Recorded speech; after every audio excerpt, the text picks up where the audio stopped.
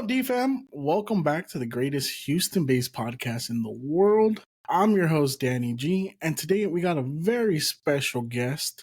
She is a registered nurse. She's founder of Raw Holistics Coaching and Consulting. Please allow me to welcome good friend of mine, friend of the show, Miss Jazmine Reyes. Hi, thanks for having me. I'm really excited to be Of here. course, it's my pleasure. I'm excited to have you on. Like I said, I've known you for quite a while. We've been friends in and out. I've tried to keep contact with you every now and then, and I vicariously lived through your traveling Instagram for the longest time. But with Thanks. that being said, how are you doing today? I'm doing really good. Like I said, I'm excited to be here. I have Leo here. He's my dog, Leonidas. He's 8 now, so he's my little partner here. But yeah. Hi. Like I told you earlier, I've seen him only through your Instagram, and I've never realized how big he is. Like, he is huge, and I've only seen a little bit of him in the camera. I know he is huge. But Like I that's always make amazing. let's see, Leo, you want to come back here? He weighs more than me. Come on, Papa. Come on. Let's see if we can see. Hey. He's so awkward. He doesn't realize how Hey, big he is. And so he's just like very awkward uh, and wonky when he walks around.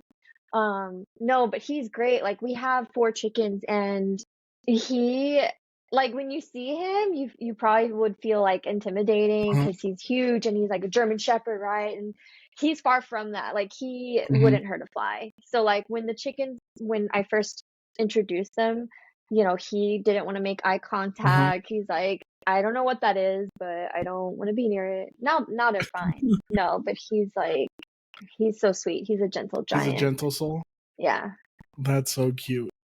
See, that's one thing I love about big dogs. They always seem so gentle. They look ferocious, but every big dog I've ever encountered was the most gentle soul in the world.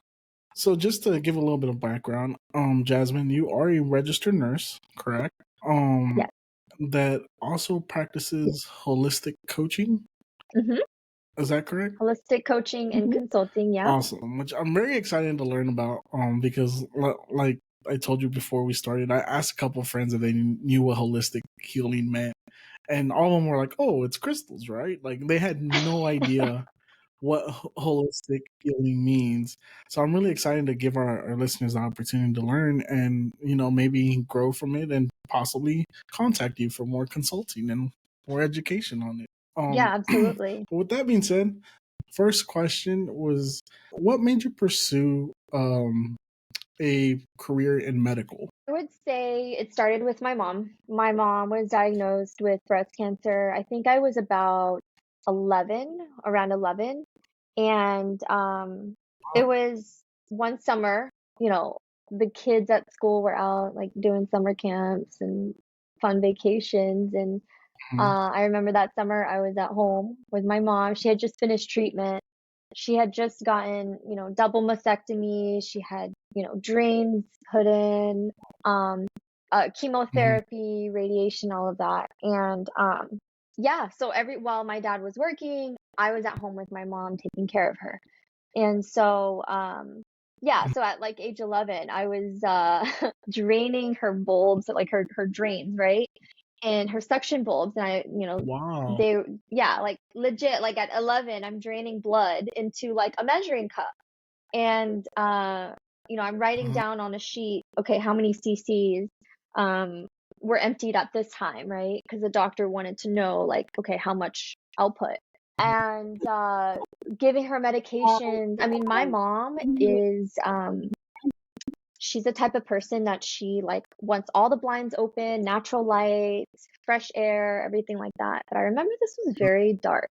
All the blinds were closed. It was really dark. She was depressed. She was sick. She was, so I was like, oh my gosh, I've never seen her like that. And yeah, I had to literally do everything for her. I had to gently like walk her to the bathroom and give her a sponge bath.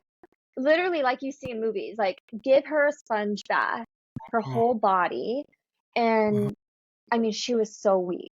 She was so weak. And Yeah, I remember, like, as her daughter, like, I had to do that. There was Mhm. no one there to do that for her. And I just got so much satisfaction Yeah. doing it. It was very natural to me to help her, well, because she's my mom, right? Mhm. But also, Yeah. you see someone ill and you're like, I want to help you. So that's kind of where it first started. Um, and then, yeah, I applied to nursing school and got in. And yeah, my Wow. mom is definitely the main reason for that. Wow, that's amazing. First off, I'm sorry that you guys had to go through that. I never knew that about you, and I'm sure it was a very hard time to live through, especially at such a young age. But I find it amazing that you took that and it came natural to you. I'm sure. Like Yeah, I feel like most people that I've yeah, I feel like most people that I've met that become nurses, like it's something like that pushes them because it's a natural feeling for them and they love taking care of people. Is that kind of like yeah, how you felt when you were going through it? yeah. No, it That, was that's definitely that's natural for me. And especially in the hospital, yeah, like, that's you kind of have to have that in order to like love your job, right? mhm. I mean, you're helping patients. Like that is your sole purpose, is to um, you know, be there through their illness and comfort them. And some of these patients don't have families. They're all alone, right? So it's like that's even extra hard because they don't even have like their own family support or whatnot. And so yeah, that's kind of how that all started. And even now, I see like my friends and they're like, oh, I hate my job, or, I wish I could have picked a different career. I never once thought that. Even with the pandemic, I never once regretted my job as a nurse, because we need nurses. We need people to take care of us. And yeah, I love it so much. That's so cool. Now, you being a nurse in the pandemic, was that like a crazy amount of stress or just a crazy moment to live through? Because you were freshly a nurse at that moment, weren't you? I think that was like 4.5 years in.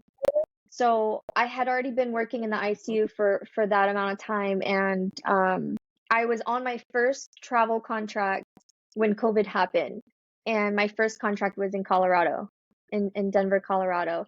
I remember hearing like rumors of like COVID. I'm like, no, no, it's just it's like the flu or whatever, and then the world shut down Uh-huh. and shit got real. Yeah, that was crazy. The crazy thing is I got COVID before people knew it was COVID. Really? And we didn't find out till like months later. Yeah. Wow. What were your symptoms? Yeah. Like, what was like the first thing that you'd be like, this is kind of weird? It was literally it was the first time I had ever felt flu like symptoms in my entire life. Never Hmm. had the flu. And that's what I thought I had. But when they tested me for it, not flu. They didn't know what it was. And I had all the intense symptoms the first go around. Like I had the trouble breathing. Um, which it wasn't necessarily trouble breathing. I was short of breath. Every time I Yeah. would move, I'd feel like I was suffocating. I passed out one day just walking from my room to the restroom, Oh and no. like yeah, I tested. I don't know how many times they couldn't figure it out, and then all of a sudden, like 2 weeks after I started feeling better, they're like, "Oh, there's this new virus going around called COVID," and my doctor, I don't know how they found out, but they ended up calling me and they're like, "Hey, we think you had COVID," and they sent me like a whole CDC packet and whatnot, and yeah, it Isn't was it so weird. wild? Did you ever lose your smell or taste Yeah, or anything? no, I didn't lose my smell or taste till probably like the eighth time I got COVID. I've had COVID a lot of times. Like I've tested positive so many times for it. But yeah, I don't think it was till like the eighth or ninth time that I actually lost my sense of smell for a couple of days. I But lost besides my that, my I smell. never did. I Did you? remember I was gonna say, how was that? Because I've heard people lose it, but I don't understand how you live with no scent. so it's actually not completely back, to be honest. And this was like 2021, 2021. And Whoa. yeah, yeah, yeah. I don't have it like 100% back. And I have like some remedies like written down on my phone that some doctors recommended, but I haven't really gotten to it. But um yeah, it's like probably like 75% back. But it's such a weird virus. It's so weird. I mean, working during the pandemic was just like okay, so imagine, the world shutting down and you're driving down the highway and there's nobody, but you're going to work. You're doing, because as a nurse and Yeah. doctor and like, first responders, that it was weird. It felt like an apocalypse. And driving down the highway and there's no one there but you, and you're parking at the hospital, and 6 feet away, and it's just so odd. And then now everyone's wearing masks all of a sudden, and it was it was interesting because I remember we would do huddles. So like before your shift starts, everyone Mhm. meets in the break room, and you do a huddle and you talk about what the day is going to look like and how the night went, or how the previous shift went. And I remember we would all just look at each other like, what is going on? And no one knew really much, right, at that time. And so we did the best we could, but it got it got intense real quick. Um, our hospitals flooded with patients, and that first wave was more of the older generation coming in. And at the time there was no visitors allowed, none of that, right? So Mhm. it was really sad to see that patients were dying by themselves. We had these iPads that we would set up, and Mhm. when if and when the patient was dying, we would set up the iPad and make appointments with their family members, and put it on the stand. And that tore me apart. And I'm like, no one should die alone. And of course I'm in Yeah. there, I'm head to toe, I look like a freaking alien. And so I never allowed the patients to die alone. I was always there, but still without their family and friends. I mean, it's Mhm. sad, it was scary. And I remember distinctly, I remember one time this was when I worked in Houston at one of the hospitals here. And this was like the peak of COVID. And there was this Hispanic, middle age, he was probably like in his early 60s. And I got there and it was just, the whole patient assignment was a mess. And I'm like, he does not look good. Like as soon as I walked in, I'm like, this situation, no, no, no. So I called the doctor right away. I said, I need you to come here, please.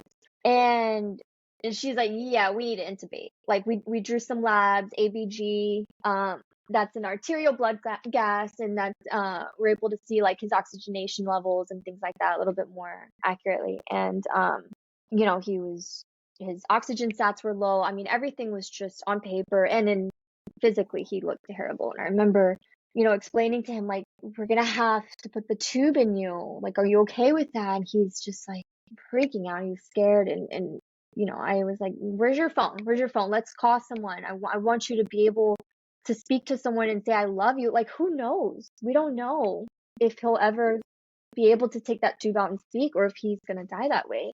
Because that was a trend that we were Yeah. seeing.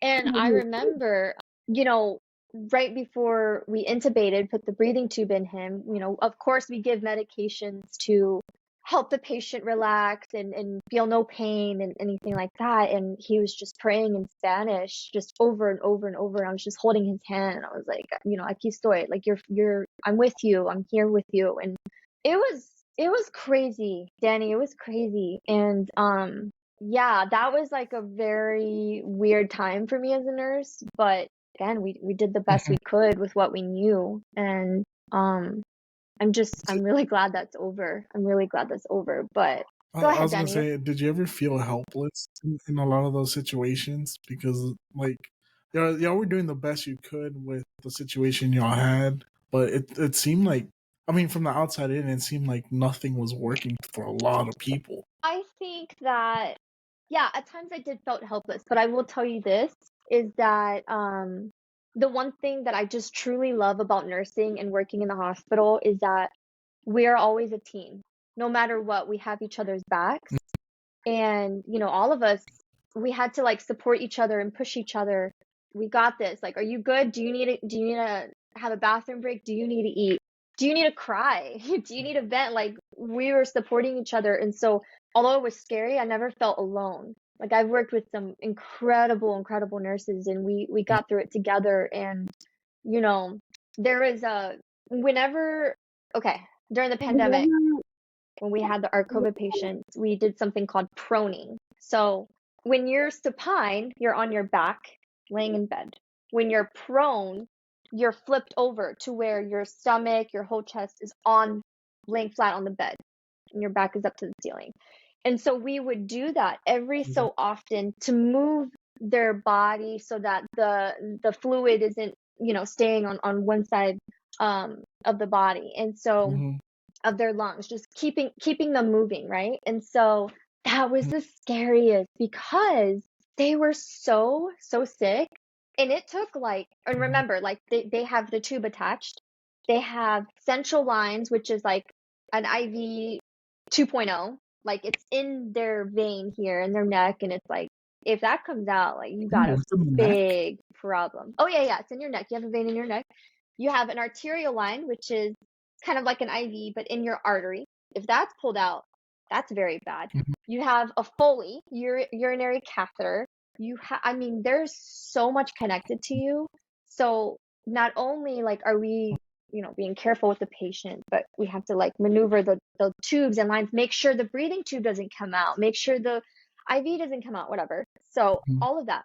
And it took, like 6 to 8 people to turn depending on the weight of the patient. And that was always like, we always dreaded that because that was a time where patients coded because they were just so sick, like even like doing that full turn. Oh my gosh. Remember, we would all look at each other and like make eye contact. Is everyone ready? And we would just have to take some deep breaths and like, okay, respiratory, it's on your count. At 1, we all do a half turn. And then we do that count again.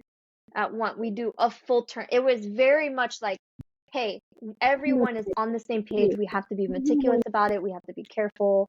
And yeah, man, that was crazy. It was a crazy time. But I will say I've worked with the greatest healthcare members, and I'm just so grateful for them. I mean, I couldn't have done it without like their encouragement and support.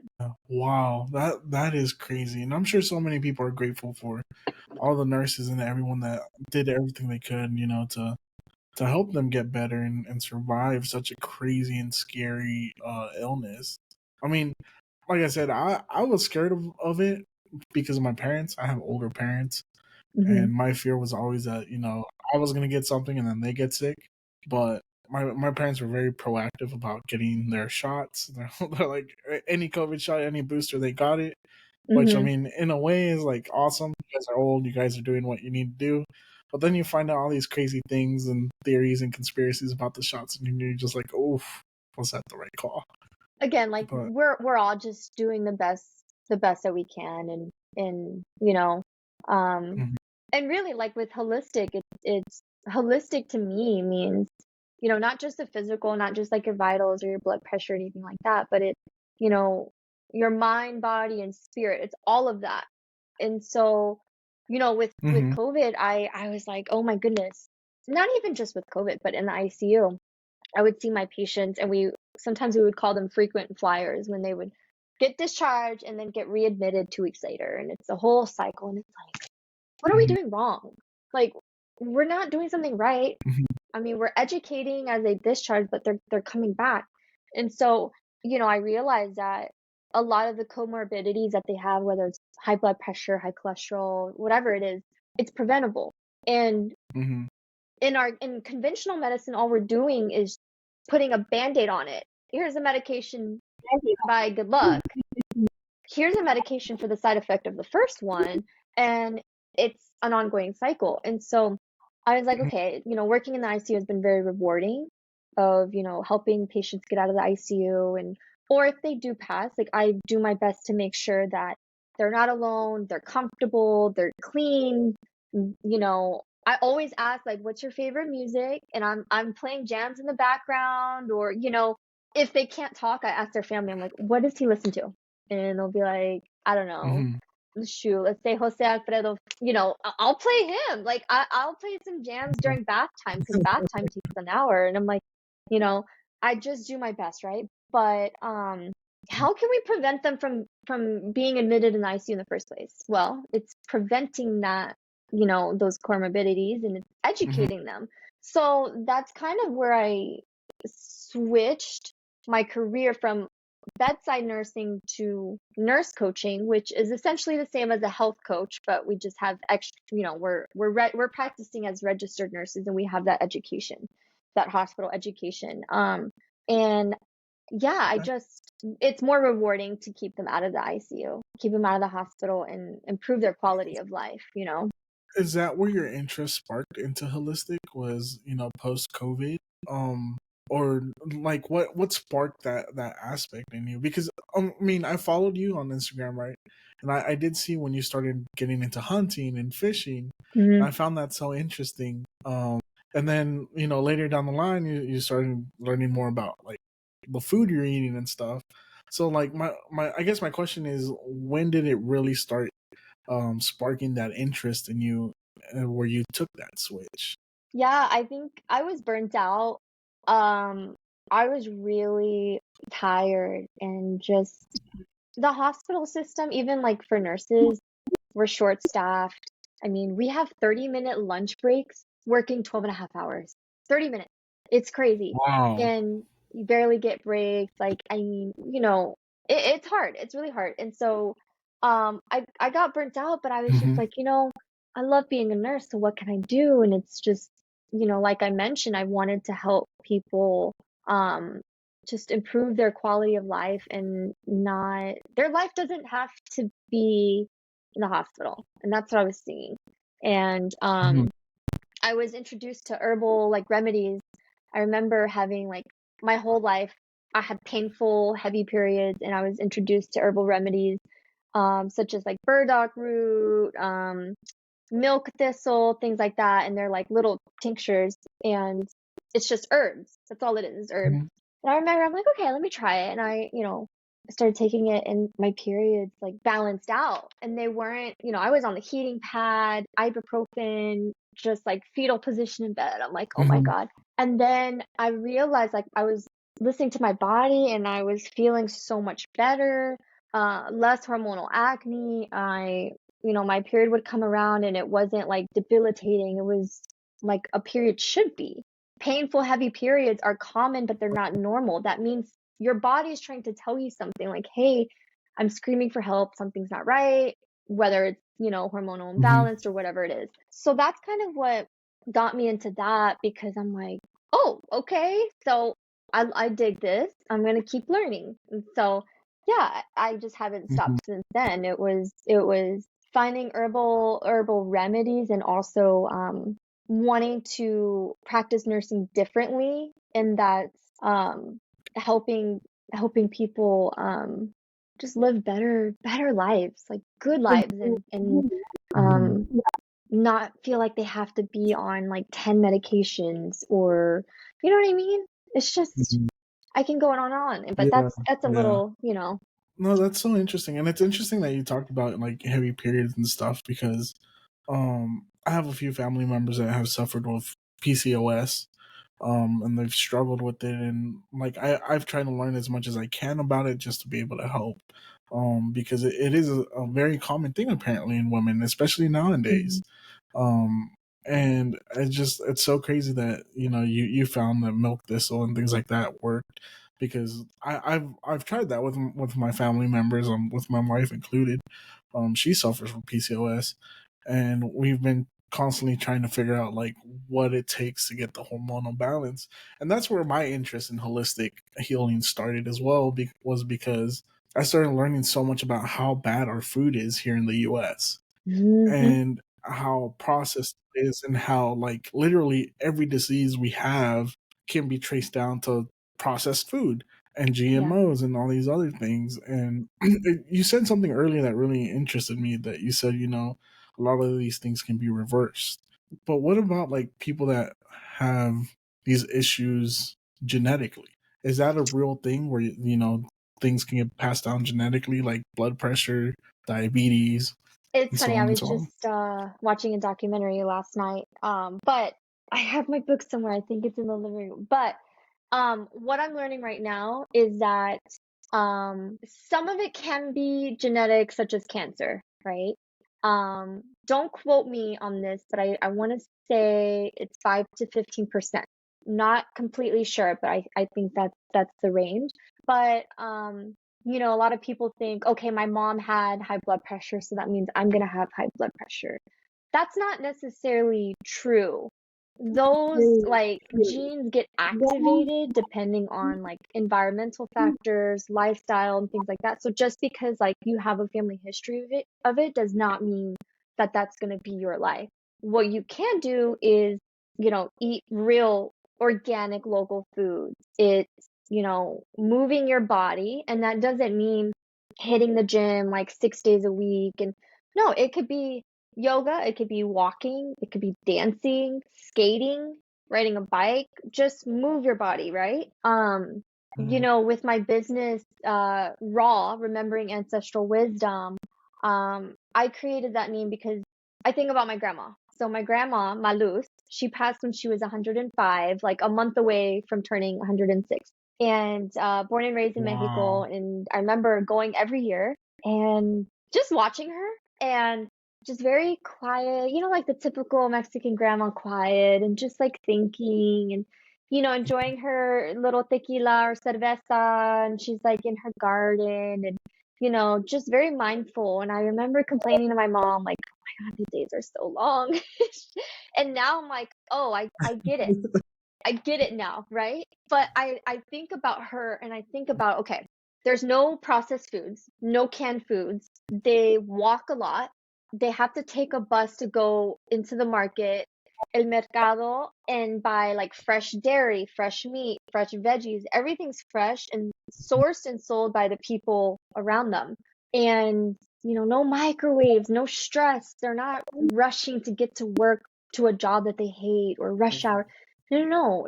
It's simple.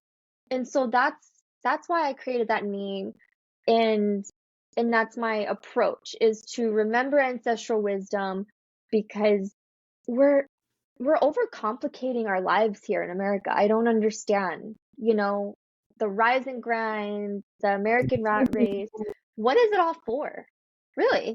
I mean, if you're constantly stressed, what's it all for? So yeah, I Yeah. don't even know what the question was now, but I feel like I just went on a tangent, but No, but what you said is so true, right? Like that is one of the biggest flaws here in America is we're all stressed out, we're all overworked. It's the rise and grind. I mean, that's why so many people fall into addiction, into depression, and into all these like terrible things. I mean, I became an addict, and I have a very addictive personality. I struggled with alcohol at a young age. And then as a young adult, I got hooked to cocaine because I was working so much and I was trying to figure out how I can keep going. I was rise and grind. Sleep 4 hours a day, work 2, 3 jobs a day. hmm Make it, and it pushed me into doing things that I wish I would have never done. Right, because it obviously affected my body and like really not only affected me physically but mentally because I was yeah. severely depressed. I was literally numb to everything. I was just going through the hmm motions, wake up every day, go to sleep, but I would sleep 4 hours. I would drink 24 pack of beer a day. I would consume drugs and it was so bad. And as I've gotten older, I mean, luckily I've been able to be sober. I've been able to practice sobriety, have a healthy relationship with alcohol again. Um, and just like growing up and realizing how the rise and grind ideology is really so stupid. There's no real satisfaction in it because you rise and grind and get to a point and then you just want more. Yeah. So I love that you're very much to like simplifying things. I see you're in a log cabin, which is freaking awesome. You're really going down like to the roots, just really, and you seem so happy. Like like I said, I've known you for a while. I followed your Instagram for a while, and you seem like you're glowing, you're happy, you're enjoying life. And I love that you're really taking this approach. I You know also why, forgot the Danny? question. You started talking about You know why like though? why? Go Why ahead. I'm happy? It's because I'm, for the first time in my life, like I'm finally living for myself. Like Yeah. I see life in color now. Whereas, like you mentioned, I mean, you wake up, rise and grind, do the work, da, da, da, you come home, you do it all over again. It's a routine. It's a routine. And it's like, well, all it is we're feeding the system. We're just a hamster in the wheel. Again, what is this for? Hmm. Right? And it's like, I think about my grandma and I'm like, wow, they lived so long because they weren't stressed. Stress is like stress is the reason for most of our, you know, of our health issues. Um, but Hmm. um, yeah, I live life with intention now. I'm not Okay. I can't go to a job that I hate. I can't be friends with someone that is a low-key hater or like doesn't have her best interest in me or whatever. I can't do it anymore. I'm living for myself and authentically me. But I do have a question for you. So you said Okay. alcoholism was a problem for you. And I've been reflecting on this too because it was for me. I wouldn't consider that I was an alcoholic, but I definitely abused alcohol. Like on the weekends, out of habit, or if I had a bad day, or, you know, Hmm. I don't think people realize that that's alcohol abuse, but it is. Um, in our Hmm. culture, do you feel like it's normalized to drink heavily? And So especially with the men, in like, our culture, it's normalized, right? And it's funny because I have these conversations a lot with my dad because my dad used to never drink. When I was a kid, I didn't see him drink till we moved to Texas when I was probably like 15. Um, until then, he used to never drink. He used to have a beer or two here and there. Now the dude drinks like 3, 4 beers every day. I'm like, whoa, dude, you gotta slow it down. You're getting older. You can't be drinking like that. But that being said, my grandpa on my mom's side lived to be 99 years old, had 2 shots of tequila every day. mm, But he had, control of it. Now, the younger generations under my grandpa, everyone drinks so heavily. I've had 3 cousins that we've lost to, what is it called? Cirrhosis? Is yeah, that the right word? cirrhosis. Yeah, Hmm. cirrhosis. Yeah. Yeah, I've lost 3 cousins to it because they drink so heavily, and like when I lost one of my cousins that I was really close with to cirrhosis, that was kind of like my wake up call as to why I sort of tried to stop drinking. I went cold turkey and then relapsed like really bad, um, and I struggled with it for a little while. But seeing, the loss of my cousin, he was 32 years old, died of cirrhosis. Dude Mm, was drinking like sorry. crazy, and it was just normalized with him. Like all my cousins, all my uncles, they would all get together every weekend and just pound bottles and bottles of liquor, pound beers like crazy. I mean, my issue was I would get home, buy a 24 pack and drink the whole 24 pack every day. Like Hmm. that's how much I was drinking. And when we lost my cousin, it just really made me realize like that's the only end point when you drink that heavily. There's no winning. It's terrible that we've normalized it, especially in Mexican culture. Because I Yeah. mean, every time you see, especially an older Mexican man, he's got a bottle of tequila at a function, or he's drinking beers, and you always got that one uncle that always gets too drunk, and acts a fool at every family function. Yeah. you got Yeah. you got at least 2 or 3 cousins that have a Yeah. DUI. It's too much of a regular thing in Hispanic culture. Unfortunately, it's too normalized, and I feel like that's one of the things that really fucks us up. Like Yeah. it fucks us up not just health wise, but it ruins families. It It causes a does. It lot of ruins families. destruction. Yeah.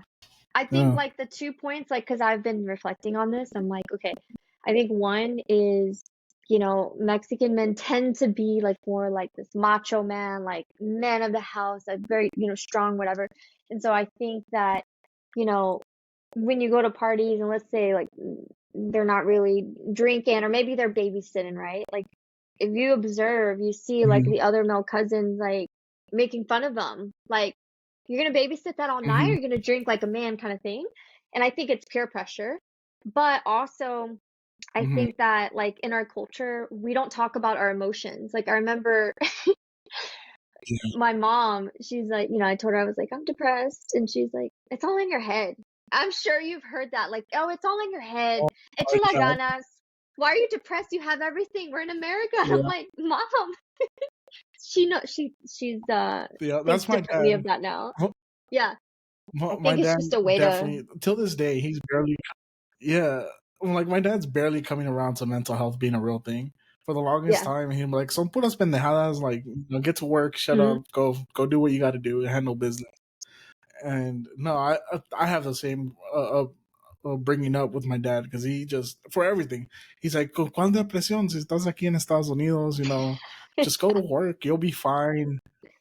You know, You know that meme he of really taught me, the, just oh, sorry, go I ahead, know go there's ahead. like a lag. You know that meme of that, I don't know if it's like a squirrel, but it's a meme where it's like, this is fine, and they're holding a coffee cup, and there's like fire, like flames in the back. He's like sitting at the table with his coffee cup. I'm like, that's how it feels. Like, this is Yep. fine. Like, no big deal.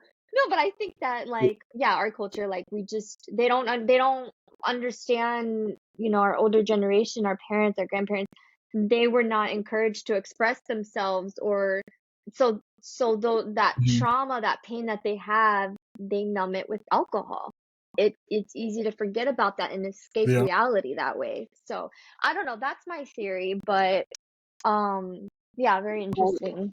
I feel like you're onto something there because it's definitely true. Like, one of the issues I've had since I've been married is that because I was raised to just be strong, tough, not talk about emotions. I struggle so much to talk to my wife about emotions. Like, I don't know how to do it, and we always get in arguments about it because she's like, "Oh, talk to me, I'm your partner and this and that." I'm like, yeah, I understand that, but in my brain, like emotions don't just turn on where I can talk about them. Like it doesn't connect there. Yeah.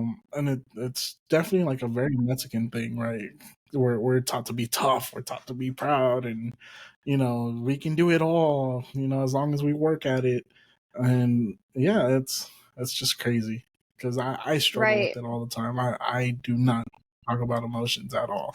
Well, Danny, I'm gonna tell you two things. But the first is like, I celebrate you for acknowledging that. Like, that's like the first step, is actually acknowledging that, because not many men will ever accept that. So that's like a huge step, and I want to congratulate you for that. And the second is, I'm gonna offer a suggestion. Let's say your wife is having like a bad day, and she's, maybe crying or stressed out or whatever, and you're like, what do I do? Okay, so ask her, because men are more logical. They're more of like doers, like fixing. Like, I just know how to fix, right? But try Mhm. this. So she's having a bad day, and you are like, okay, do you want comfort or solution? Or maybe it's both. But ask her, because sometimes, I mean, you can't read our minds, even though we would love for that to happen. But sometimes we just want to vent and cry it out and be like, whatever it is that's going on. Mhm. Or sometimes we want solution. We want you guys to like help us, guide us, support us. Sometimes we want both. So if you're just kind of lost and you're like, I don't know what to do, just ask, like, do you want comfort or solution or both? That way, okay, she wants comfort, so I'm just gonna sit here with her and just, hold her hand and just hold space. Just Mhm. be there. Just listen. If you want solution, then okay, that's your role to like, okay, well, let's listen to whatever issue she's having, and let's see if I can help her. And if it's something that you're like, okay, I have no idea what to do, then just say, I'm not really sure what to do right now, but let's find out together, and let's help you with this. Mhm. So, yeah, just like a little suggestion there. I'm definitely gonna try that. I feel like I've gotten better at it with time, right? Because I'm seeing it and I'm trying to be open minded about it.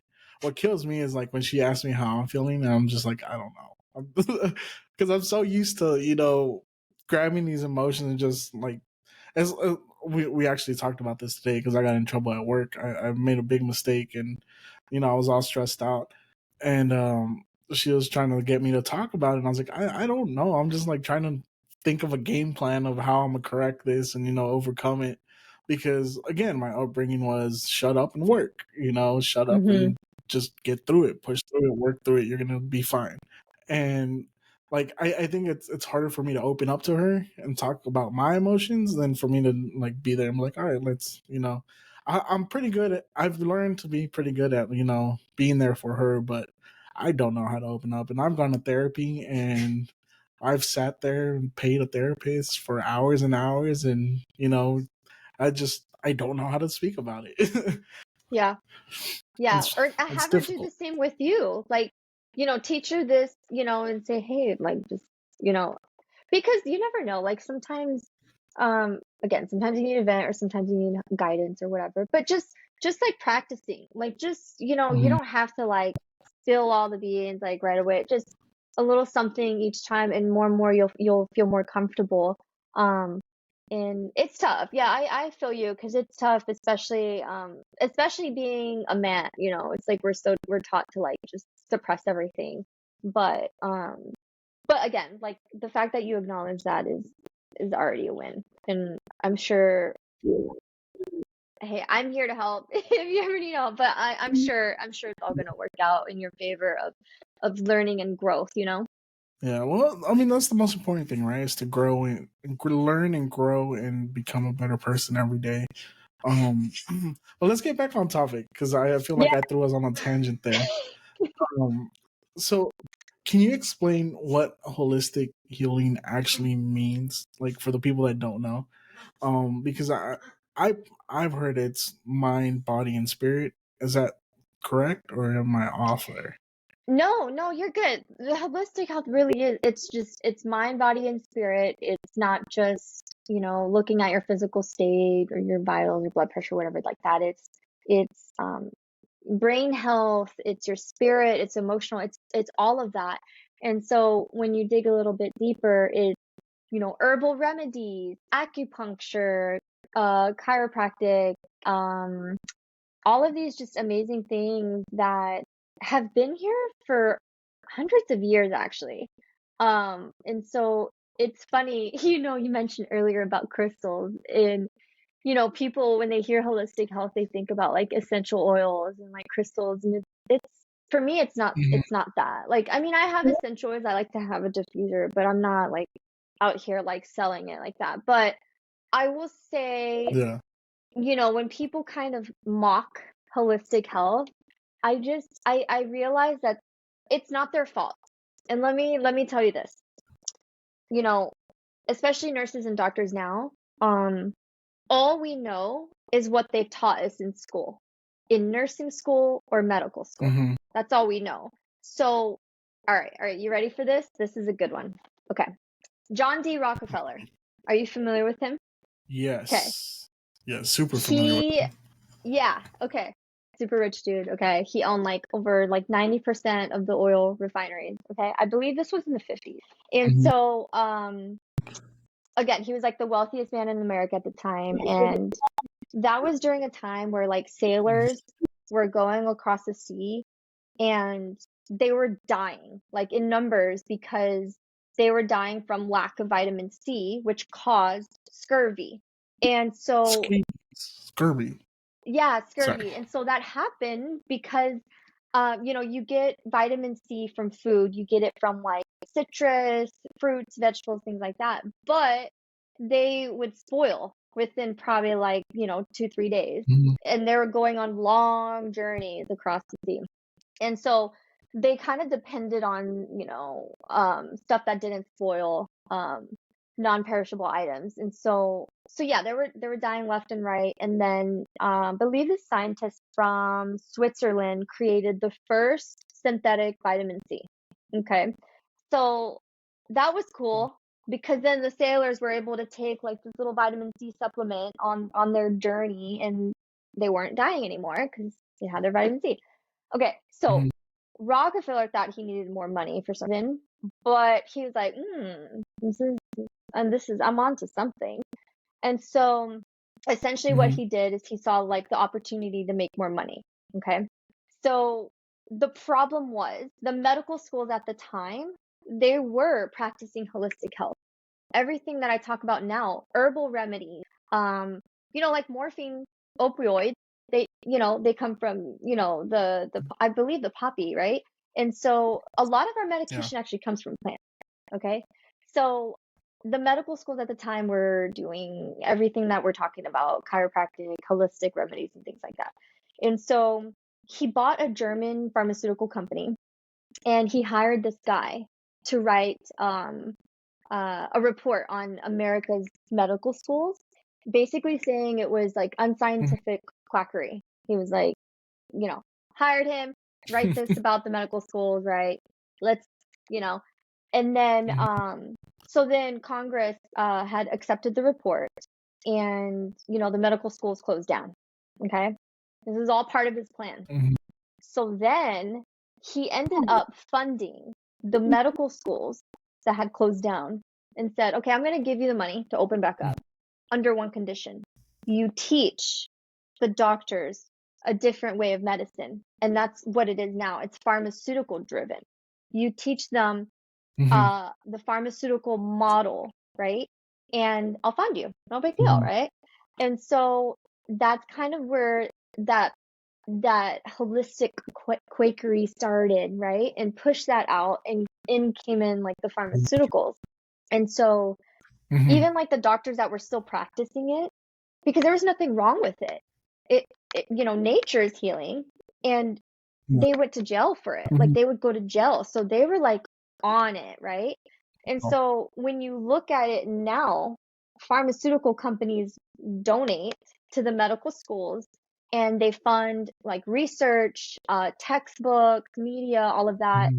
So yeah, they're in bed with like the politicians who make our laws, big pharma, all of that. And that's that's kind of like it's wild because it's always been here. We've always used them. Native Yeah. Americans from Europe. It's not anything new. It's not. And so Mhm. yeah, to put that in perspective, like it's very interesting. So holistic healthcare has been here way before Western medicine, to say the least. Yeah. Yeah. Yeah, no, for sure, and that's interesting. You mentioned J.D. Rockefeller because I don't know if you know this, but he's also who influenced the way public schools are ran today. And there's a very famous quote of his where he said, "School's not meant to teach open minds; it's meant to teach workers." I've heard that quote. So I didn't know it it's was pretty him. interesting that you mentioned. Yep, Okay. yep, Yeah, I believe it. and I believe it. it's crazy because yeah, it's also crazy because at the time that they were doing all those studies and shutting down schools, Kellogg was also pushing for their cereal, and that's when they changed the whole food pyramid and all that around that time as well, because Yeah. they convinced people that you needed cereal and like wheat and sugar wasn't bad. That's when all that started, and then come to find out later down the line. Sugar's terrible for you. It's probably one of the worst things you can have, especially if it's processed sugar.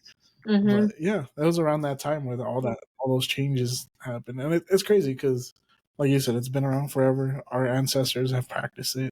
I'm sure your grandma, Ma Luz, did a lot of different things with you know just natural remedies. I mean, in Mexico, that's the thing, right? You get a mosquito Yeah. bite, you grab a lemon, put it on the stove, and then put it on your mosquito bite. Problem solved. You're not itchy anymore. And no, that's so impressive, and I love holistic healing. I love what it stands for and what it's becoming. I love that you're practicing it, and you're seeing more people practice holistic healing. Where you're seeing more people, turn to what you're doing, where you're not just practicing it, but you're teaching other people, because it probably is the best way to heal the body, using nature rather than using chemicals and super addictive opioids. Right. Yeah, like our body is actually really smart. Like our body has the ability to heal itself, but we just have to give it the right environment. And so nowadays it's always like trust the experts, trust the doctors, and in no way am I talking down on them because I know some very intelligent, amazing doctors and nurses, but we're so disconnected with our body. We're not taught to listen to our body and realize that our body has the ability to heal because they want us to depend on the system. feed big pharma, feed, Hmm. so yeah, I'm really excited to just to go on this new journey in my career. I'm still practicing nursing, but Hmm. differently. Yeah. No, that's amazing. And I mean, you said the body can heal itself, which is really interesting because I was reading a book about what is it, monks? I forgot where they're from, but they claim, with through meditation you can heal your body, and and like you said, in the right conditions, your body will heal itself. Um, do you believe, or have you learned any more about how meditation can heal the body? So meditation actually, it decreases your stress hormones and it increases your happy hormones. Um, and what was I gonna say? Oh, this is what I would say. Meditation has helped me tremendously, but also like your mindset, your thoughts are so important. I don't think people realize that. Um, Negative mindset, talking bad about yourself, judging other people, or even emotions like anger, judgment, jealousy, things like that, that all causes illness in your body. It all causes diseases. And so, our brain and our gut are connected. So, for example, this is my favorite example because it's so simple and it's just relatable. If I told you, Danny, that you had to talk in front of a group of 100 CEOs and you had to talk for 30 minutes and I didn't give you script, nothing, you're like, good luck. How would you feel, like, emotionally? How would you feel? I think because I'm a very talkative person, I'd be nervous Hmm. for probably the first 2 minutes. And then once I start talking, I'll figure out. I'll probably crack a joke or something, try to break the ice. But definitely, I would feel nervous at first, but I'd keep telling myself in my head, "You can do this. You can do this. You can do this," and overcome it. That's good. That's better than me. Um, I'd be but freaking yeah, out. Okay, so you're nervous, right? What happens? Like what symptoms like physically are you gonna feel if you're nervous? You're gonna feel in your stomach, in your oh, armpits, when like I'm nervous, what do you think? Yeah. uh, I get hot. I start feeling like I'm Hmm. a sweat, and for sure, my stomach starts to turn a little bit. Yeah. Um, but like I said, in those situations, because I've practiced stand up for a little bit now, I've learned to overcome that stage fright.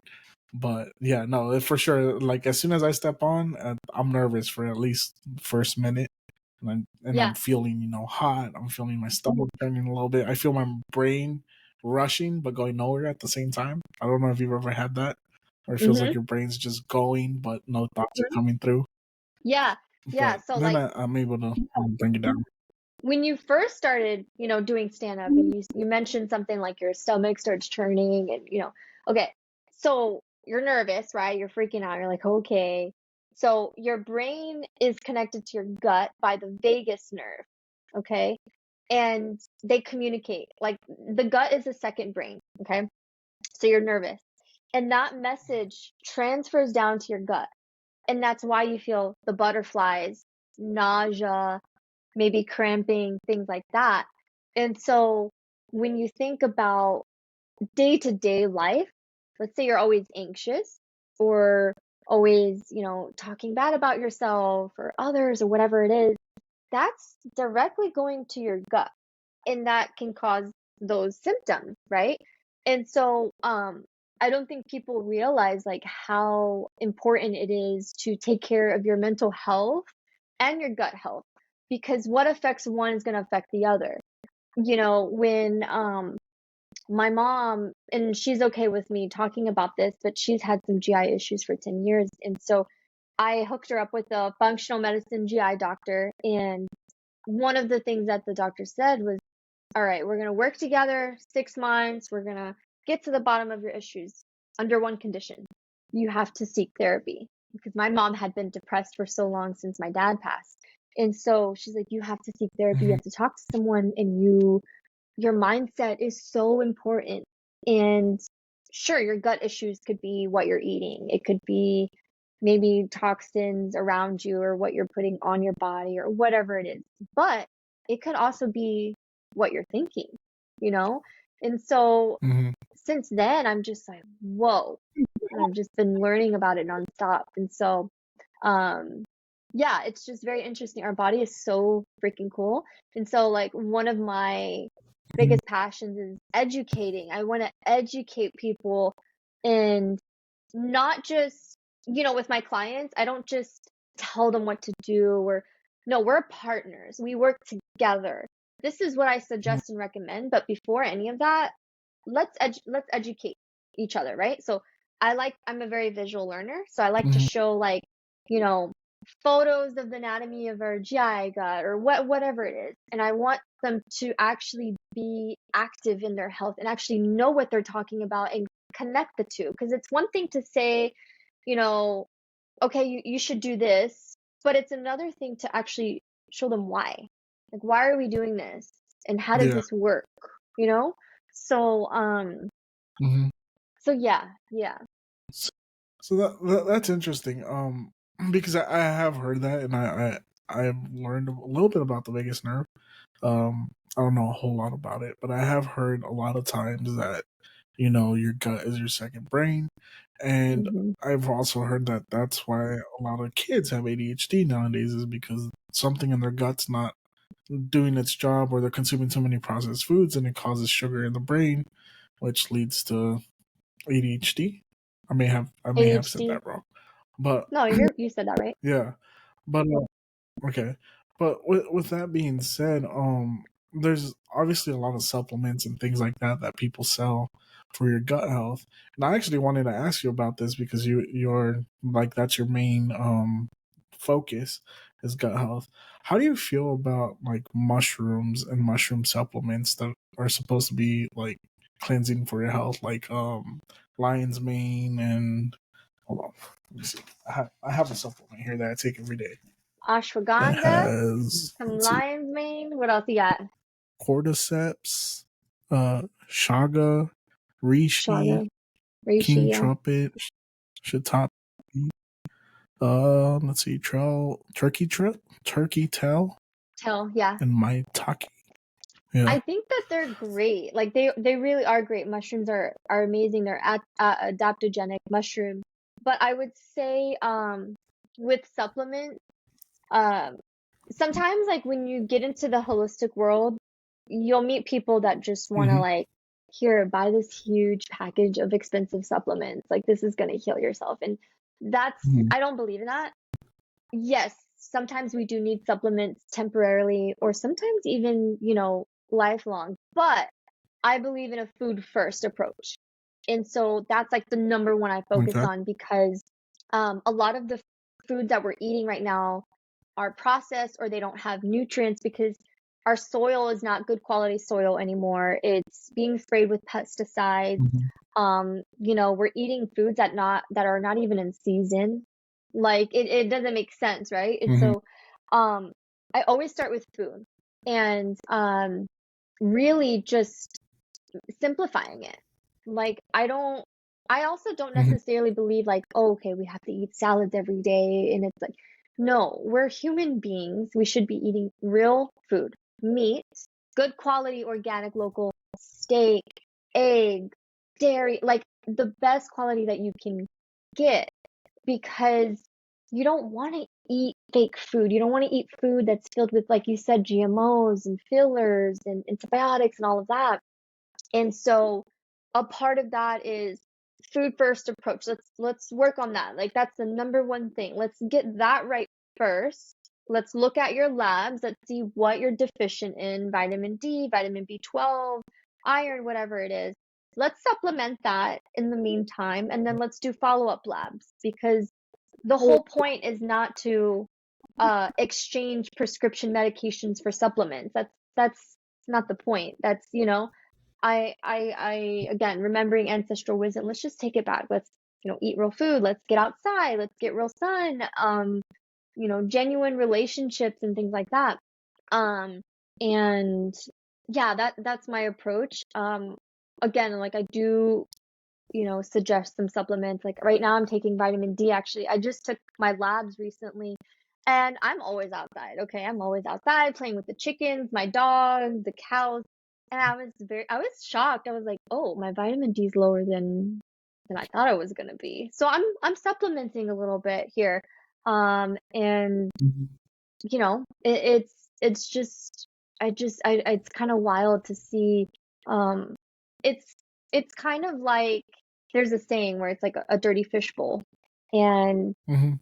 like, okay, what would you do first? You would clean the water. You would take the fish out. You wouldn't give a fish antibiotic in a fishbowl full of dirty Yeah, water, no.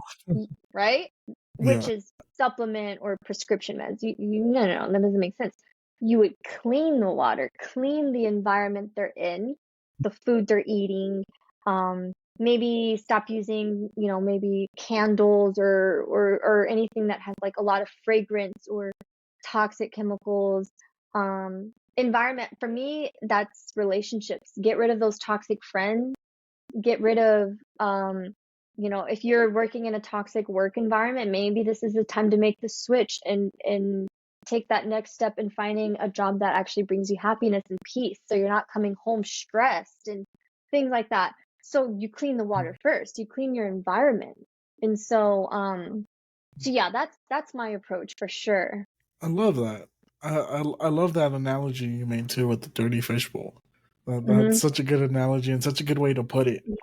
Um, no, because it's so true. And like I said, I've been supplementing different things here because I switched from a toxic work environment to a new job where I work indoors. So I'm kind of more mindful that hey, I'm not outside all day like I used to be. Hmm. Um, luckily, I haven't. Last time I did labs, I didn't have an issue with any vitamin deficiencies, but I do worry about that because like my wife's outside all the time. We go to the beach very often. Like Hmm. as soon as the sun's out on Saturday, we're there. Um, but she was vitamin deficient in vitamin D, and it is vitamin D one of those things where your body just doesn't absorb it through the sun sometimes, or No, why is it it that people have does. that deficiency? It does, but I think we just don't really get it in food as much just because our food sucks now.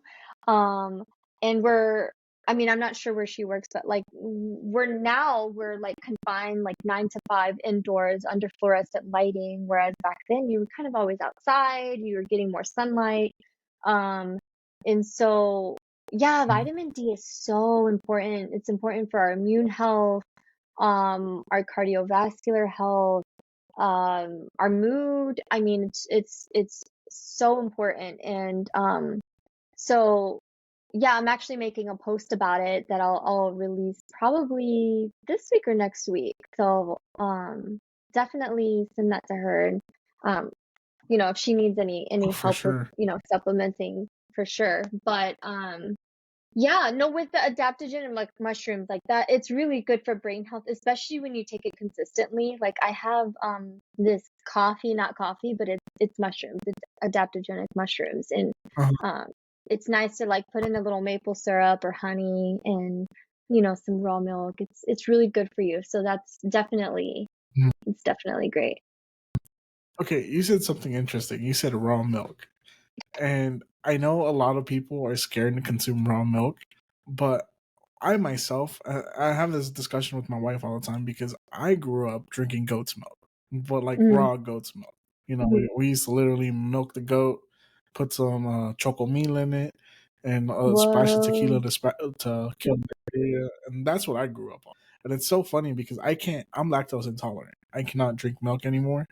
But if I drink goat's milk, I'm fine. And me and my wife were talking about it because she loves milk, but she's also lactose intolerant. But I was telling her that, raw milk is a lot healthier than drinking this pasteurized stuff that's, been watered down and who knows what else they add to it. So how do you feel about raw milk? Because I mean you just mentioned you drink it with your coffee. I haven't done as much research as I wanted to, but ever since I moved to the country, I've been dabbling into it. I don't drink raw milk like 100%, but I'm like slowly like bringing it into my diet because it is a shock to your body like when you're not used to that. So it's important not to like cut cold turkey, but like slowly like implement it.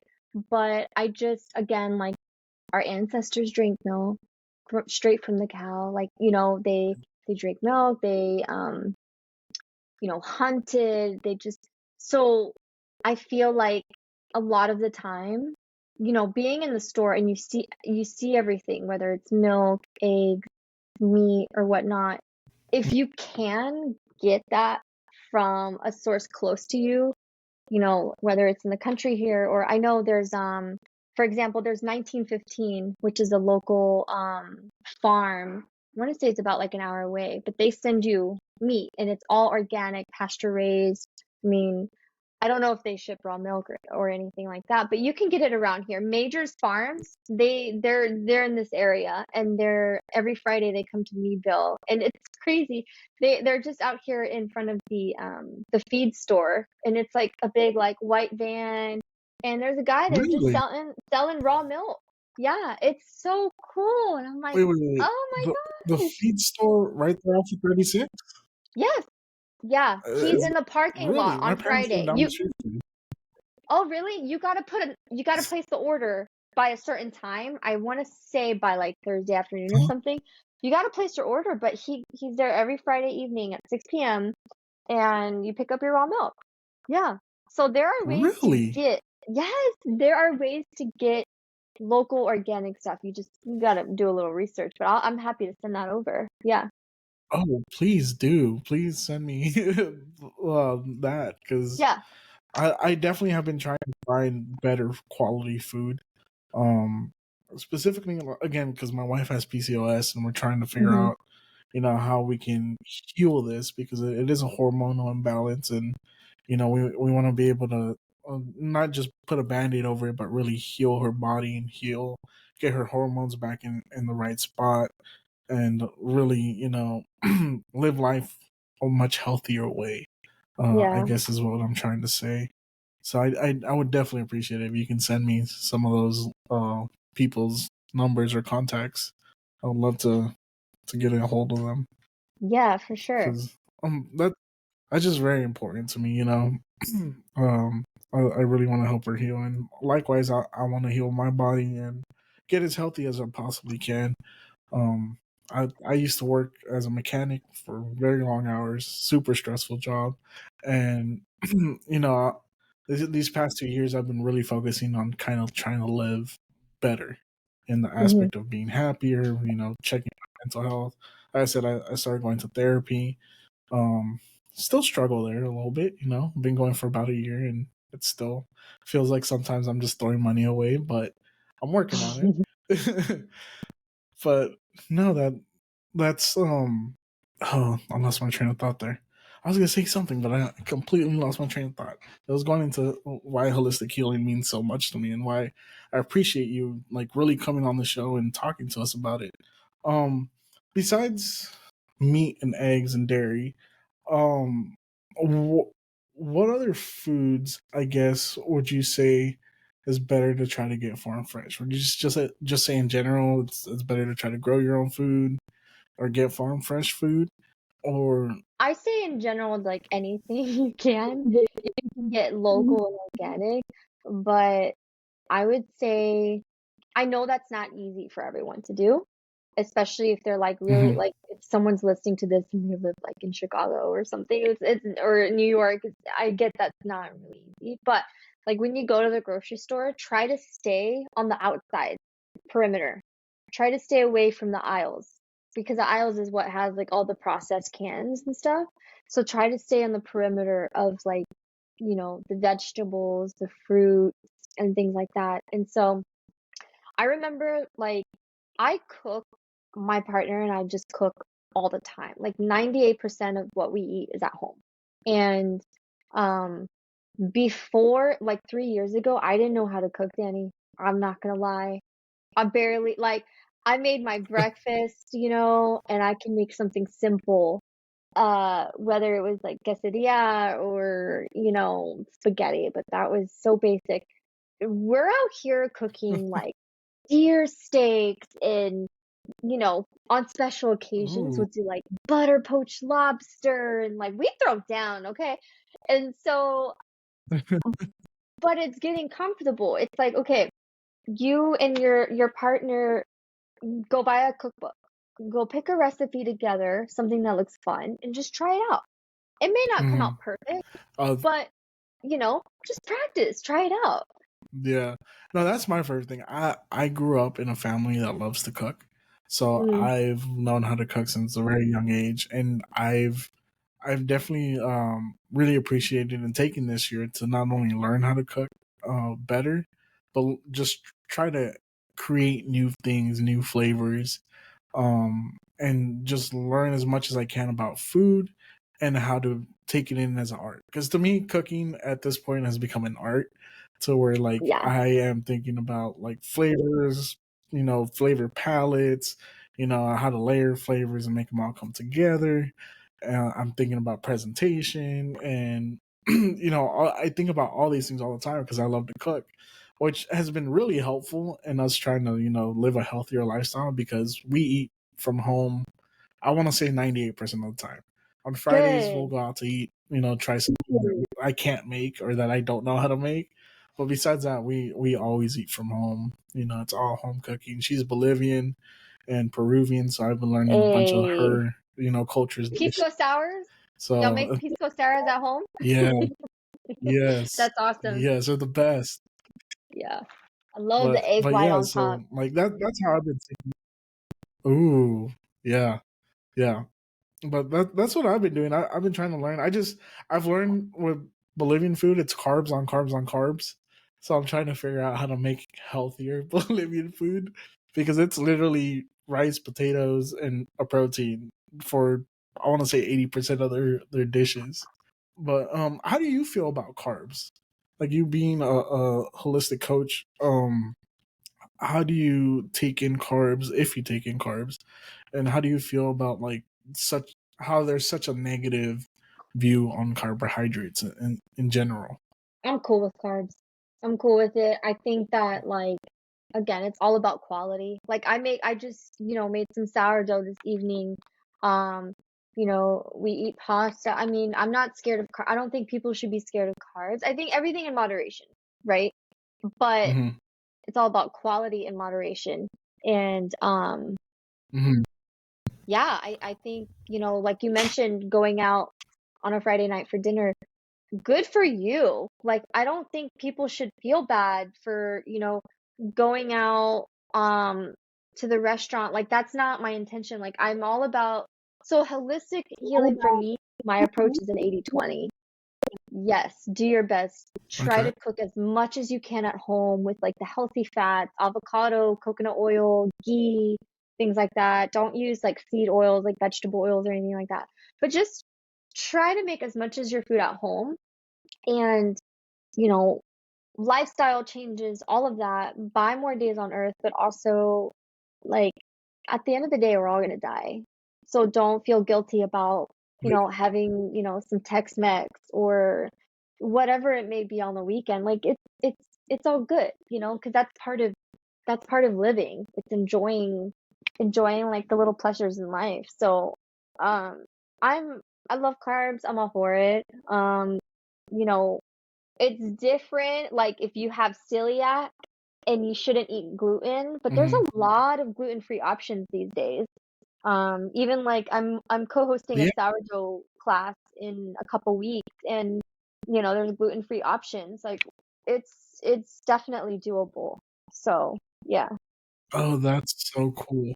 So, are you pretty familiar with what gluten is and why it affects us the way it does? Because I have no idea. I've always wanted to ask someone this question. Like, why is it that so many people nowadays are allergic to gluten? Well, a true allergy to gluten means that they have celiac disease. And that their body, it's actually life-threatening for them. Like a lot of people think they're allergic to gluten and they're not. So that's something that you have to actually take like a testing to figure out if you truly are celiac. There's a special testing for that. But Hmm.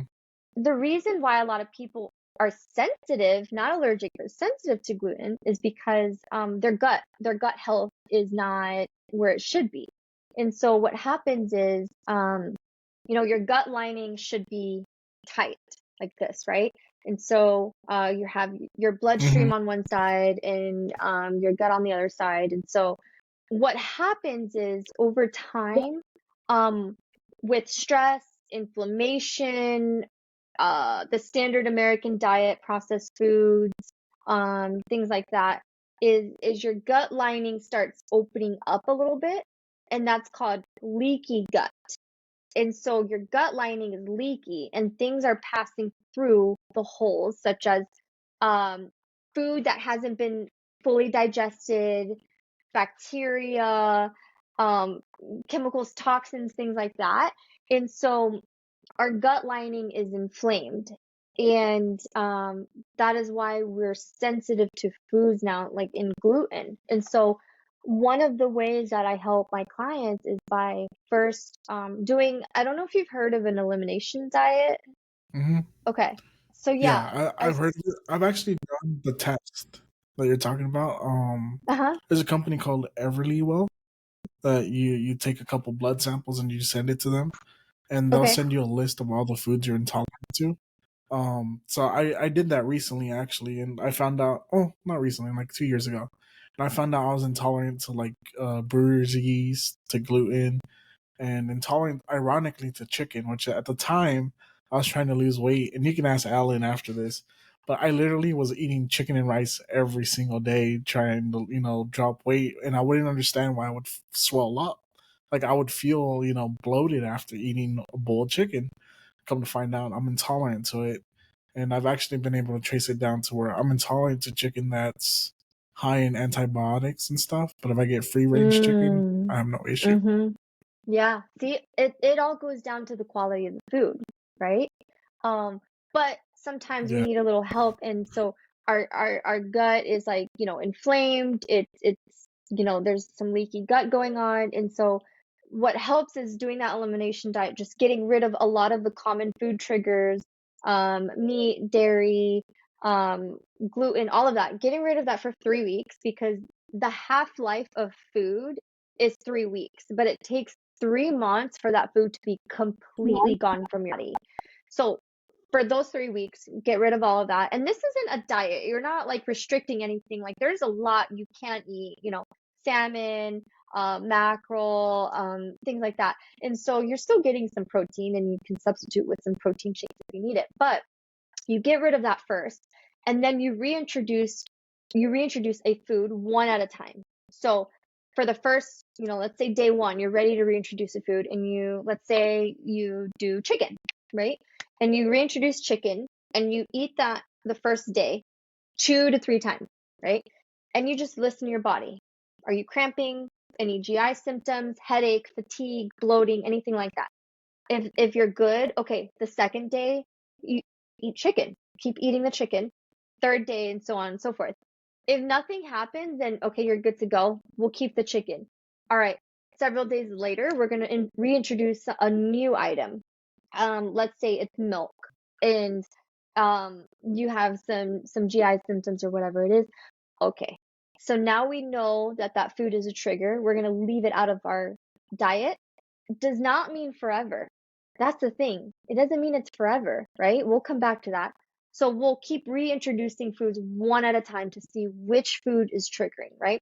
So then once we do that and we complete that, then we work on healing your gut lining. We work on healing that and getting that tighter. And remember I was Mhm. talking about vitamin D? Vitamin D Mhm. deficiency, actually, vitamin D helps your gut lining stay tight. So if you're deficient, that could be one reason why it's loosening up. And so again, like I Okay. look at labs, I look at all of that, and we work on healing the gut lining. For example, bone broth is really good for you to heal your gut lining. I drink a lot of bone broth, but let's heal it. Let's supplement with vitamin D. Let's introduce Mhm. bone broth in your diet, and over time, we're going to heal that gut to where it's stronger, it's healthier, and then let's reintroduce milk again. See what happens. You know, so it's so Uh, it's so interesting. Yeah, it's. I love gut health. Clearly, I'm all like out of breath here, okay. but No, that's so cool. Because I mean, it is probably one of the most important things in our body that people tend to neglect, right? And it's so easy to neglect it with all the food, all the drinks, all the sugary stuff we have in mm, the world.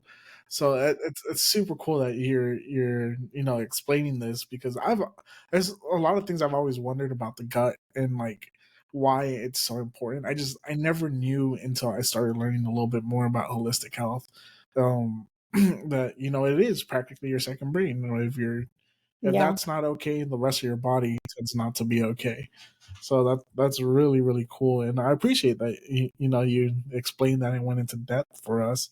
Alrighty, so I apologize about the interruption. My dogs just don't know how to act sometimes, but and this has been a really fun interview, and I wanted to ask you more about your practice, about raw holistics.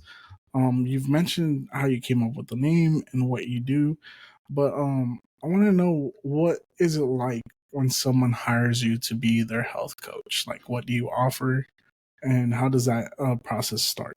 Yeah, so I offer both coaching and consulting.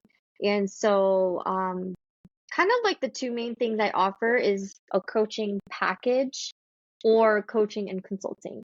And so what the coaching package looks like is, that's for the person who struggles with, you know, imposter syndrome, self-limiting beliefs, maybe it's a little anxiety, or maybe they're just so burnt out or overwhelmed or anything like that. And I kind of coach them around that and get to the root of those issues. And, I've invested a lot in myself with my own coaching. Like I actually have my own coach because I feel like how can you coach if you've never been coached kind of thing. But yeah, I'm in a Hmm. year-long mentorship and she's great. She's incredible and she's like getting down to like my deepest, darkest secrets. And I'm like, wow, okay, so that's why I'm like this. Okay. And so yeah, that's what I do. I coach around that. I'm like, okay, let's, you know, for example, like a session may start off with maybe a little guided meditation, or let's just take some deep breaths. And um, like, when do you ever get a chance to just sit down and take some deep breaths and like be present and actually be, right? And so then, maybe it'll Hmm. look like, okay, what do you need support in today? What's heavy on your heart right now? And whatever that may be, I may offer like, okay, let's jot down some journal prompts or something like that. And because journaling is very helpful. It's very, very helpful. I like to give homework. And it's not like anything crazy like that, but it's like a little homework to like, let's dig deeper. Let's heal your inner child here. And yeah, just really getting to the root of that and figuring out, partnering with them. I'm not sitting there telling them what to do or anything like that. It's just really listening, being a listener, most of all, and supporting them and guiding them into the best version of themselves, right? And then with the consulting side, um, being a nurse in the ICU for 7 years, I'm very comfortable with labs, looking at labs and collaborating with doctors and things like that. So if I have a client who is struggling with, bloating, any digestive issues, hormonal acne, or um anything like that, I'm like, okay, well, to work with me, I have an intake questionnaire and it's very long, it's lengthy, but there's a Okay. purpose. I want to know how many times you poop a day. I want to know your sex drive, because if your sex drive is non-existent, that means you're not healthy.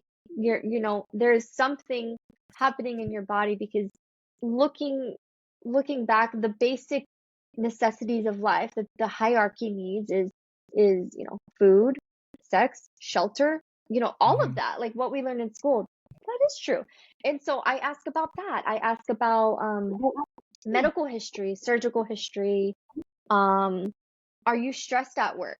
How's your stress at work? Or how is your marriage? How is the relationship with your kids? How is your spiritual health? All of that. I asked about all of that because all of that really matters. And so then I also look at labs. I look at the last 2 years, the most recent labs, and if they don't have any done, then I collaborate with their doctor. I introduce myself that I'm partnering with them as their nurse coach, and I request additional labs, or I can actually order the labs Mhm. myself with an ordering physician on board. And yeah, I create like a personalized wellness plan that is unique to the client, because when you think about, like, you go to the doctor and you complain of these symptoms, okay, they're just going to write you the prescription. It's a blanket, it's the term called, I think it's blanket medicine, where it it's the same thing for every patient. Same thing, same thing, same thing. But we're Mhm. all so different. We are all so unique and different. And what works for you may not work for me, right? And so that's why it's important to, like, rule out certain things, get to the root of the problem. So that's my consulting side, and I absolutely love it. That specialty is called functional medicine, and essentially it's getting to the root of the problem. It's not Mhm. necessarily the band-aid method that conventional medicine is, but it's like, okay, we're not going to give you pain medicine because you have headache, or, it's more of like, well, why do you have the headache in the first place? Let's figure that out, right? Mhm. Why? What is it? And so, because if you're just taking a prescription medicine to, like, mask the symptoms, you still have the problem. It's still there. Mhm. That's so cool. That's so interesting in how you do all that. Um, Actually, it's funny that you say that the term of blanket medicine, because when I was younger, I got diagnosed with high blood pressure when we were in high school, and I worked out. I ate a lot of cucumber, drank a lot of water, got off my blood pressure medicine by the time we graduated. And recently, I had to go back and get back on blood pressure. And I talked to my doctor about it, and he's like, "How'd you get off of blood pressure medication?" I was like, "Well, I, figured out that I was consuming a lot of sodium. I wasn't working out enough, and I was retaining water. And my mom, when I was a kid, used to always make us, agua de pepino with lemon in it. And Mm-hmm. she used to always tell us, like, that's a diuretic. If you ever, need to lose water weight, that's what you do. And then my grandma used to do the same thing for us. So, like, literally a whole year I spent drinking just, agua de pepino, water, and working out. And I got off of blood pressure medicine, and my doctor just couldn't believe it the last time I talked to him. He's like, "How'd you do that time?" Isn't that kind of I know, scary obviously, though, with blood Danny? pressure. Yeah, Isn't that yeah. kind of No, scary that it's that pretty doctor was crazy shocked because, though? yeah. I mean, because it's true, right? A lot of doctors don't believe you can get off of blood pressure medicine, and I know, like, with cardio health, with blood pressure specifically, like the arteries harden and certain things like that. But taking natural remedies does help as long as you're active and you're Yeah, doing it right. So, yeah. so I love that you're That's cool. consulting and doing those things and figuring out labs. Yeah. So on top of that, like, how was it the first time you did that, where you had to, go into a doctor's office and request labs for your client? Were you ever nervous doing that, or was it just No. comfortable because you were already a nurse? No, not at all. Because, being in the ICU, you are working alongside doctors 24/7. It's very, like, Mhm. it's a little bit different from like a med surge type unit, because I mean, you have like 6 patients, the doctor comes in, puts the orders and leaves. It's in and out. In the ICU, you are Mhm. directly working with them all the time. So, I felt very comfortable going up to the doctors there and be like, "Hey, my patient's, like, potassium is, like, critically low. Like, can we get some potassium orders?" And they're like, "Yeah, okay, sure." Like, it's just very much like, we are the eyes and ears of the unit, so they trust us. And um Mhm. no, I've always, like, felt comfortable with them. And it's in the ICU, you have to have a sense of humor. I mean, it's rough. It's rough working there. It's a very Mhm. high stress environment. And so you gotta make it fun, right? So doctors are just like us. They're not Yeah. like this god, or I don't see them as that, right? they're amazing. I've met some Uh-huh. amazing doctors, but I don't see them as like superior or a god. We really are teamwork. Down from the nursing assistants Mhm. to the nurses to the doctors to the secretaries, patient transport. I see them all the same. We are all the same. We all work really well together. And so I don't know, I've always been comfortable with them. And it's definitely different now because I'm not on the bedside, in the bedside setting. But I Mhm. think that I'm seeing a shift around us that people are really wanting to take an active role in their health. And so here's the thing. Yes, in medical schools and nursing schools, we are trained like this pharmaceutical driven kind of conventional medicine. But there truly are doctors out there that they truly want the best for you. They do. But Mhm. even if they wanted to sit down and chat with you for an hour and try to get to the root of the problem, they can't because insurance companies, they have like this contract with insurance companies and they're only allowed to visit with the patient for like 10 to 15 minutes at a time. That's it. Can't go over.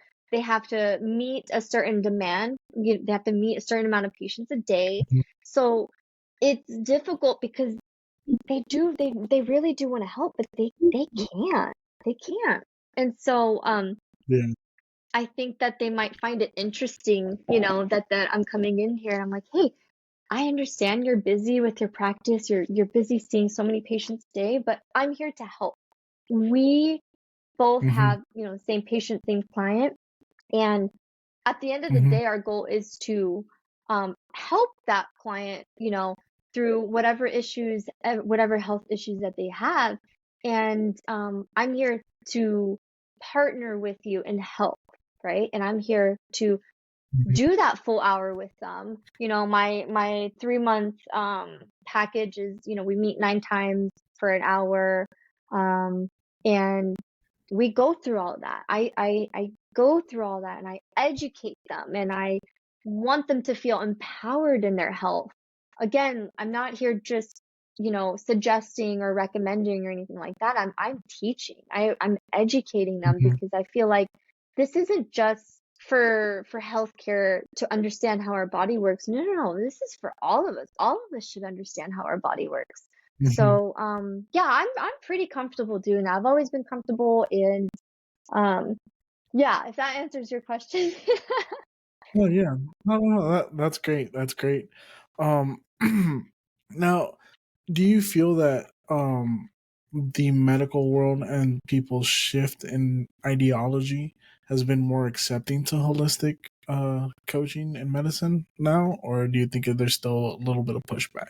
I guess it depends who you ask, but also like the environment you're in. Because Hmm. like right now, I surround myself with more like-minded individuals who also believe in like holistic healthcare. And it's interesting because we're all different. We're not all the same. What works for me is different from another holistic peer, but we all have like the same goal, and it's uh just to live a better quality of life. And that's different for all of us, right? But networking has been amazing for me because I'm like, oh my God, I feel alone. Like when I first started, I'm like, I feel kind of alone. And I could tell like when I was still working in the hospital, I can tell that um because I'm not gonna lie, I would challenge the doctors and some of the nurses, and I would, with what I was learning, I would challenge. I'm like, well, why aren't we doing this? Or why are we still giving this? And things like that. Or I'd be like, hey, can we go take our patient outside? And this patient's like, you know, can barely walk, but I'm like, I'll roll his bed down. Like, can we do this? And I was pushing the Hmm. limits and pushing, and I could tell, they weren't used to it. But again, I don't blame them. This is how we were trained in school. And so yeah, yeah. Okay. And what would you tell somebody that's on the fence of holistic healing to make them feel more comfortable with it? It's not that complicated. It's Perfect. really, you don't have to have all the knowledge or all the supplements or all the biohacking, you know, we don't need all that. It's great, trust me, it's great to have some of those things, but just go outside, get fresh air, don't be Hmm. afraid of the sun. Um, Ask your grandparents if they're still alive, ask them questions. Um, I have recordings of my grandma, my sister was smart enough at the time to like ask her questions, and um it's cool. It's cool to be able to look back and hear my grandmother speak, and it write down your thoughts. Like you are a human being and your words matter. Your life matters. Journal, write a freaking book if you want. You can do anything, right? Like it's it's so simple. Just connect with other like-minded people, genuine Hmm. relationships, and you know volunteer in the community, know who your neighbors are, eat real food, walk barefoot. I mean, it's just simple. Like, it doesn't have to be complicated. And I guarantee you, if you start doing those things, you're going to feel so much better because you're slowing down. You're not in a rush all the time and, like, get up. First thing you should do is just go outside and just breathe fresh air. Have your coffee outside instead of, Hmm. rushing on your way to work. Wait, if that means waking up 20 minutes earlier, do it because it's so important to just live life in the moment, in the present, and just like really take a look like, wow, I am a human being in this universe. Like this is crazy, right? Um, but the life, again, like I mentioned earlier, I'm 29 and for the first time in my life, like I'm actually living. I see life in color, but that's because I'm not I'm not sucked into that like rat race mentality, hamster on the wheel. I'm actually grateful. I actually enjoy life, and everything I do is with intention now, you know. Um and it's beautiful. It's beautiful because our life is short on this earth, right? And we don't want to get older and look back and say, "Damn, I wish I would have done that." Or I wish I would have put more time and effort into my marriage or whatever it is. So, Hmm. yeah, I would just say it's not that complicated. Just start with the basics, you know? Yeah, I love that. That was perfectly said. You convinced me, that's for sure. But Yeah. no, that was perfectly said. Okay, I do got one more question before we go into rapid fire questions. And this is more of a question that I'm just curious because I learned about holistic healing through Dr. CB, and I was just curious if you've ever heard of him and heard of like his teachings. Is he the one that made the C? I think my brother just mentioned this to me. Oh, wow. What is it? Is there a product that he really promotes? No, he was very big on ancestral and holistic healing, and he had a lot of claims that he found a way to heal cancer through holistic healing. And there was supposed to be a documentary, so there's a whole conspiracy behind his death because he ended up dying, and there's a whole conspiracy about his death and his documentary because Nipsey Hussle was the one directing his documentary, and he also ended up dying. But Dr. CB was very big on holistic healing, very big on using nature to heal one's body. And his biggest claim to fame was that he figured out a way to heal cancer using natural medicine, holistic medicine. I was just wondering if you've ever heard of him because he was who initially sparked my interest. Just seeing clips of his on the internet, and then there's another doctor. I can't remember her name. She's in the UK though, and she's a professor that talks about a Um, lot of like healing and a lot about gut health. I'm looking him up, I and can't it remember. is a doctor that my brother was telling me, and the sea moss gel. Mhm. I've been hearing a lot about that. Yeah, Yes. I actually heard some conspiracy theories on that too, but I haven't dug too much into cancer just because my main focus is on Mhm. brain and gut health, but I believe him. I mean, I would need to Yeah. do some more reading and but it wouldn't be surprising to me. Um, I feel Mhm. like, so what's his view on cancer again? Like what What kind of holistic therapies? I Do you don't know offhand or? I don't remember off the top of my head because I heard it a couple times like about a year ago, and I got that's what caught my attention about him. And he used to always talk about like nopales, using nopales to heal the gut because it's Yeah. such a like cactus is such a vital food. And he the main reason that he caught my attention was he always accredited Aztec diets, and like he gave a lot of credit to Mexican culture and how their foods were so great in healing the body. Like he used to always credit Mexicans and Aztecs and the ancient tribes for being very adaptive due to their food and how well they farmed it and all the different things they did. But his biggest claim to fame was healing cancer with a mix of different herbal teas, and I forgot what else. I can't remember off the top of my head. I don't want to give you wrong information, but he was very interesting to listen to talk about, like the way he used the natural medicines. I wish I could tell you off the top of my head. I should have written his stuff down before. No, you're good. You motivated me to read more about him because again, my brother mentioned him to me. But I wouldn't put it past it. Like I really believe in nature. Nature's really healing. And so again, we've been using like herbs forever. And so the Mhm. properties are incredible, like incredible. So many healing benefits. So yeah, I mean, if you really think about it, we're the sickest country, whether it's like cancer, high blood pressure, diabetes, anything like that. We're the sickest country, yet we spend the most money on healthcare. Whereas we weren't this sick, before conventional medicine kind of came around. It's like, well, what are we doing wrong? You know? And so we've lost that connection to um holistic healthcare like how our ancestors lived. Um, Mhm. whether that's relying on plants and herbs, or like for example my mom, I remember this was like maybe 4 years ago, and I had like a sty.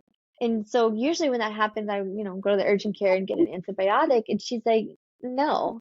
And she made me some like manzanilla tea, chamomile, and I'm like, Mom, I'm not gonna put a tea bag on my eye. And she's like, trust me, it was gone by the end of the day. I'm like, Yeah. oh my God. Oh my God. Okay. And so like aloe vera, if you get a Mhm. cut or an insect bite, we have an aloe vera plant in the back, and she just cuts it and put that little goo on it. I'm like, okay. It's not new. It has healing properties for sure. And so Yeah. I'm gonna look more into that. Yeah. Yeah, he was really interesting. Like I said, he's the one that sparked my interest in learning more about herbal remedies and stuff. Especially because he used a lot of like nopales, aloe vera, different types of cactus in his practice. He studied it quite a bit. Um, and That's I what's up. mean, aloe vera is amazing too because you can put that on a burn and you'll never once it heals with that stuff, you'll never be able to tell you had a burn there. But Yeah. so I think we've gone pretty long, and I've really enjoyed this conversation. But we're kind of towards the end of the interview, so I'm gonna ask you a few rapid fire questions. Just answer, first thing that pops up into your head, and Okay. then we'll finish it off with giving you a chance to promote your business. Okay. Okay. All right. So first rapid fire question is, what's the first thing you do when you wake up? Go outside. Can I Outside. elaborate, or is this like Nice. quick Okay. answers? Yeah. Well, you can elaborate. I go outside and mess with my chickens. I'm like, ladies, good morning. And I just walk. I'm just outside, man. I just like the first thing I want to do is just feel the sun. So yeah, I walk outside. Okay. All right. What's your favorite season? Summer, 100%. I'm a summer girl, born in June. I've always loved summer. So, like I love being in the sun, so much so that it's in my logo. So when winter comes around, I'm like, oh my God, I'm like low key sad. So summer for sure. Wise, I love summer. I love anything Yeah. that does with water and heat. All right. Yeah. Number three is, who's your adventure buddy? My dog, Leonidas, he's been with me since he was a puppy. He's gone to every travel assignment with me. California, Colorado. He's seen the beach, the mountains, the snow. Like he's my adventure buddy for sure. Mm-hmm. That's awesome. That's so cool. All right. Next one is, what's your favorite type of food? I would have to say, I don't know. I really love soul food, like mashed potatoes, Okay. macaroni, some cornbread, meatloaf, chicken. Oh, yeah, I would have to say soul That sounds food good. or maybe like a mixture of seafood. Yeah. Okay. You like seafood? Awesome. Mm-hmm. What's your favorite kind My favorite kind of seafood, of? I would say, crab, blue crab, oysters with a little Ooh, Tabasco and okay. some lemon. That's what I would say for sure. Yeah. Nice. Okay. All right. What's your favorite place to visit? Mexico City has the best food in the world. Oh, yes. Yes. I agree. Okay. Tea or coffee? It depends on my mood. Yeah, it just like really depends what the vibe is. And sometimes I go through stages where I'm like drinking more tea, like I'm going through a tea phase or like a coffee phase, but yeah, I don't know, both. Okay. Okay, that's fair. All right. This one's fill in the blank. It is I am Jasmine and I. I am Jasmine and I am authentically me because Perfect. I feel like, especially nowadays, like everyone's like we have this like sheep mentality of like everyone doing the same thing and you know, Mhm. and it's not that. Like we're all so different and that's okay, right? We're all so unique. And so it wasn't Mhm. until like the past couple years where I've really been able to just really accept who I am as a person and love myself for that. And yeah, authentically myself, yeah. Perfectly said. I love that. Well, Jasmine, I want to say thank you for coming on the podcast. At this point, this is your chance to shout yourself out, let everyone know where they can find you, give them your social medias, your business website, and all that fun stuff. Yeah, so you can find me on Instagram at raw.holistics, RAW.HOLISTICS. Did I spell that right? I'm like, for a second, I'm like looking at your sign Oh, now. you That's spelled funny. it right. I double checked myself. Alan, you're gonna cut that part. Just kidding. Okay. So I have a landing page for now, but yeah, you can find me on Raw Holistic, on Instagram, RAW.HOLISTICS. And on there you can find links to my blog. I like writing and yeah, I just write a little bit about everything. Coming up, I'm gonna write about my most recent hunting experience, on how that was definitely a part of my spiritual awakening. And again, education's like really big for me. So you can follow my blog on there. And yeah, really that's like my main source is Instagram. I do have Facebook as well. You can find me on there. Raw Holistics as well. So. Awesome. Thank you so much, Jasmine, for coming on the podcast. It has been a great time. I can't believe we learned so much in such a short period of time.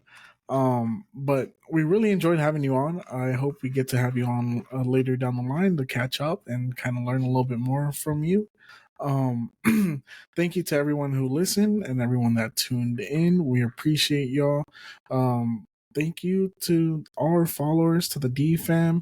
Thank you, Jasmine, for coming on. You were a great guest, and we'll definitely want to have you back. Go check out Raw Holistics on all social medias. And that's pretty much the end of the show. My name's Danny G. That was Jazmine Reyes from Raw Holistics. This has been the Weekly D podcast. Remember, if you can't get it daily, get it weekly. Peace.